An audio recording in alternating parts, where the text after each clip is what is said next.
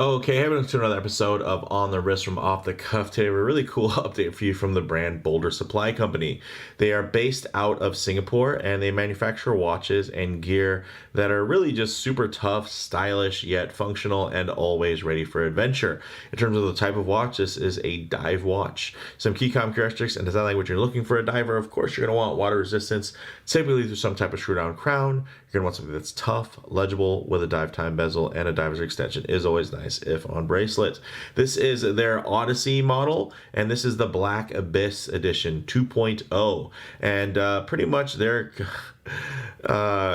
consummate chunky diver now has an aged stainless steel body, and it's 45 millimeters, guys. This is not for the faint of heart. This is a large watch, large and in charge, 50 atmospheres in terms of the water rating, and you're also getting 120 click unidirectional dive bezel, which is great. But it's, not just for diving. With this great finish, it's actually ready for fierce terrain, on land as well. So this Odyssey is built to outlast any adventure while keeping immaculate time, thanks to that workhorse Swiss Salida movement inside. These are actually all limited and serialized from 1 to 100 when you look at the case back, which I think is pretty cool. These are only going for $7.99 direct, and I say only $7.99 because yes, they are limited and they do have those Swiss movements, and you are getting everything that you need.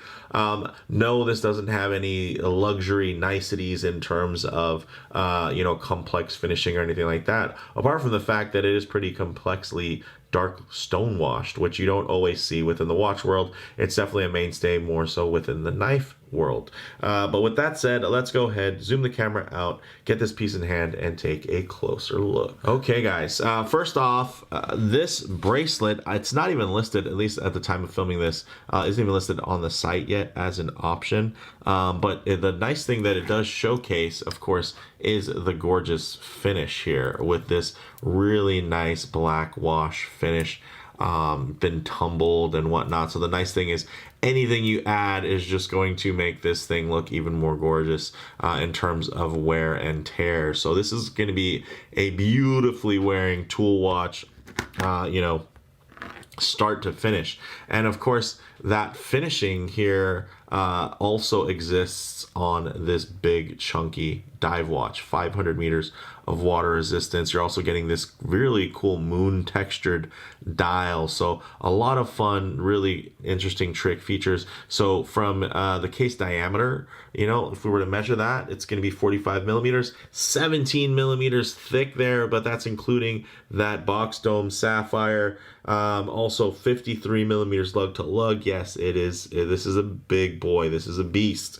And it's full 316L stainless steel, again in that dark stone washed finish. This sapphire is double domed, and it does have an AR coating underneath, so it does a great job of kind of negotiating different reflections, so you can get a nice look at that gorgeous dial pattern. That texture is really, really cool. Then we get to the bezel, 120 clicks, unidirectional rotating. Ooh, that is nice. Slow, fast.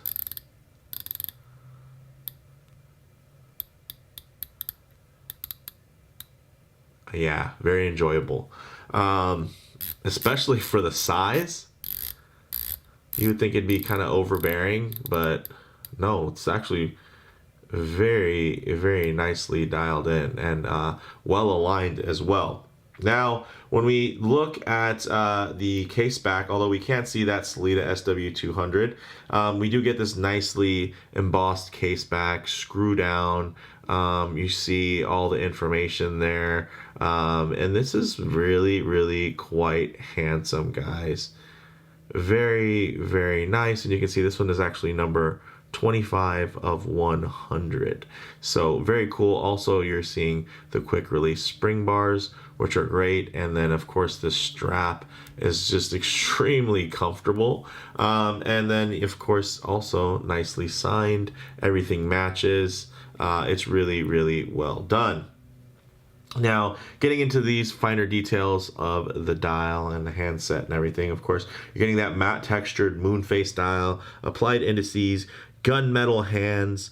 You also have a nice date, with a nice beveled edge around it there at the 6 o'clock, which of course right now, because the light is kind of, coming off the sides of the watch, it's making it a little harder to see that contrasting black date disc, but I assure you it's actually very easy to see in regular lighting. It's just kind of right now what's in front of it is a black camera lens, so it's not helping doing any favors in terms of lighting that little spot there for you. But the good news is it stands out enough to be able to know, of course, where your date aperture is always going to be.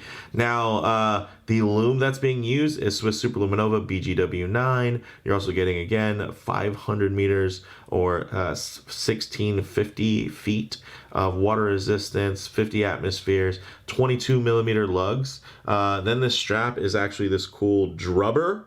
Fluoromaster Molster black rubber strap. It's just a special compound of rubber that actually is really, really nice in terms of the pliability, the durability. I gotta say, this is very, very impressive. And then, of course, you're getting those quick release spring bars. This is actually non-tapering, the strap itself, as you can see, so it's going to be the same length all the way through. And I think for this style of watch, especially with how hefty it is, it's completely fine, and I think it actually goes with the aesthetic quite nicely.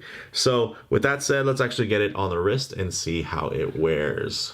Okay guys, as you can see on my 7.5-inch wrist, although that is on the larger side, this thing still wears quite large, and if I was to put it up close to the camera, there's gonna be some lens distortion there making it appear even larger. So what I'll do is I'll keep my hand nice and planted away from the camera, and we'll just tighten the shot up here so you guys can get a better idea in terms of a more true aspect ratio of how this might appear on your own wrist. And you can see here it's quite tall, but just looking at it, I wouldn't think that it's 17 millimeters.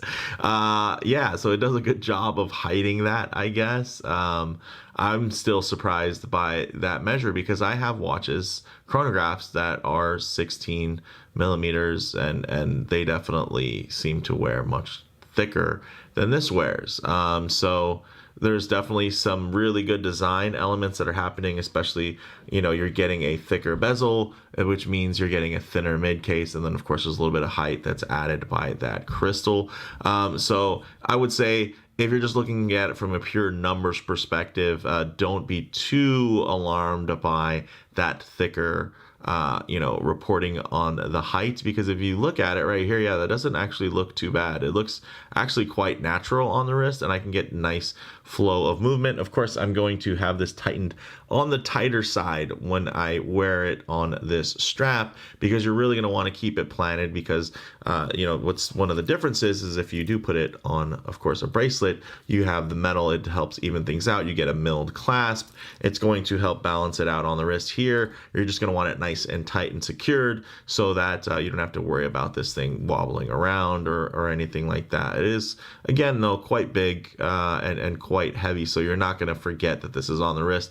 But for a lot of people, that's not what they're looking for. So that's something we have to keep in mind as collectors, is that just because something isn't for you doesn't mean that it's not for somebody else. And clearly the BOLDR brand knows their audience, and they make tons of great watches. They make tons of small ones too, like little 38 millimeters. There's even a 40 millimeter version of this line. So let's make sure that we're clicking through the site to find those before just outright complaining that hey, this is not for you or your market, because there's a market for all of shapes and sizes for everybody's tastes and likings. So I do like the way that this wears, though, even though it is a bit large. It definitely ties into the theme. And again, that's what it's all about. I would rather have a large watch that thematically makes sense versus an undersized watch that looks like it should be larger, right? And even though maybe the diameter is more to my liking, let's say in a 38 or 40 range, if the design language just doesn't make sense at that scale and things look a little bit crowded. So, you know, that's just my 2 cents. So with that said, let's get it off the wrist and check out some lume shots, the light transition, and closing thoughts. Okay, let's go ahead and hit the lights here. Oh, yes.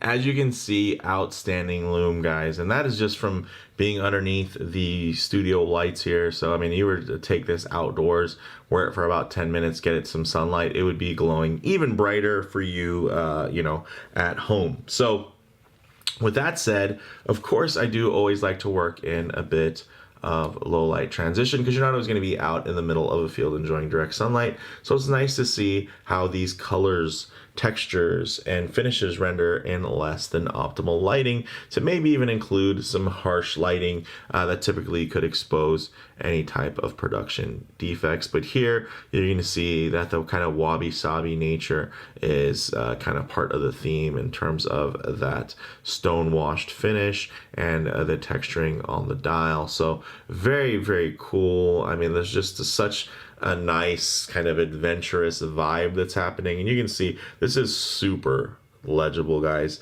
One, because it has amazing lume that's applied really well, and two, because even in transitional lighting, there's still a nice amount of clean breaks and contrast to where you already know, hey, where's 12 o'clock, you know, where's 6, where's 3. You have great orientation on this piece. The you know, the hour hand is quite clearly shorter than the minute hand. The seconds hand is even well lit.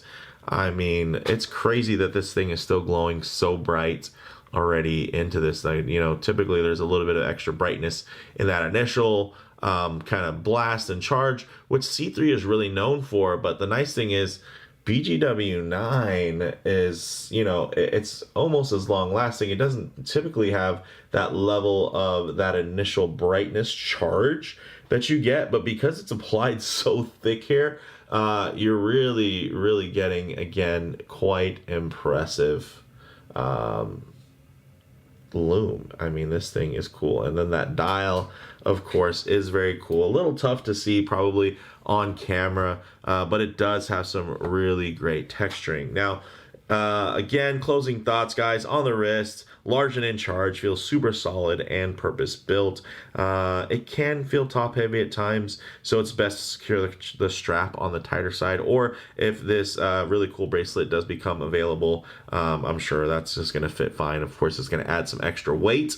I feel like the strap is the really kind of cool pairing that it comes with, and on bracelet it might be a little bit kind of, I'd say, even more niche and specific. Otherwise I probably would have threw it on for the video, but it's nice to know that that option is probably coming, and it was really good to see kind of that material you know, under the lights, just so you can get a better idea of you know, the finish, because it is a really interesting finish.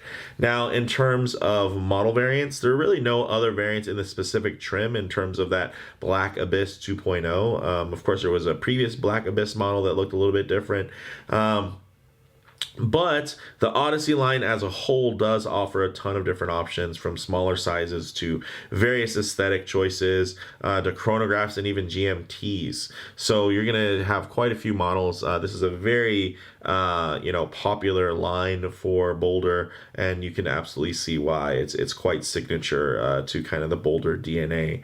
So in terms of comparable models, you know, this is for the chunky diver and adventure watch lover, and you know, which means it has a lot of competition out there. There's tons of watches that are big and chunky and overbuilt, but I think BOLDR's unique design aesthetic and function first kind of street credibility that they've built up over the years add a lot to the overall package, right? Like, a lot of people, any brand can make a big overbuilt diver, but it's not necessarily always in their DNA. It's not always in their mission statement, in their theme. But Boulder really does do that. So, and again, if you don't need the extra water resistance or the extra size, Boulder also has other watches that are perfect for adventure, like their expedition models as well, which are slightly smaller but not undersized, have compass bezels. So there's a lot of options from this brand, and I'm just glad to see them continue to grow and continue to kind of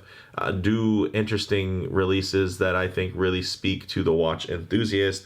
They're definitely not out there trying to get in department stores and appeal to the masses. They're really looking to appeal to a very specific group of folks that are quite loyal and dedicated to their brand. So I think that's admirable. So for me, bottom line, if you dig the look of this and have the wrist to pull it off, I think you're probably a collector of these types of divers, and having one of the 100 of these limited pieces, I think will absolutely bring a smile to your face, because as much as this has competition in the way of 500-meter big chunky overbuilt divers, especially within the micro brand space.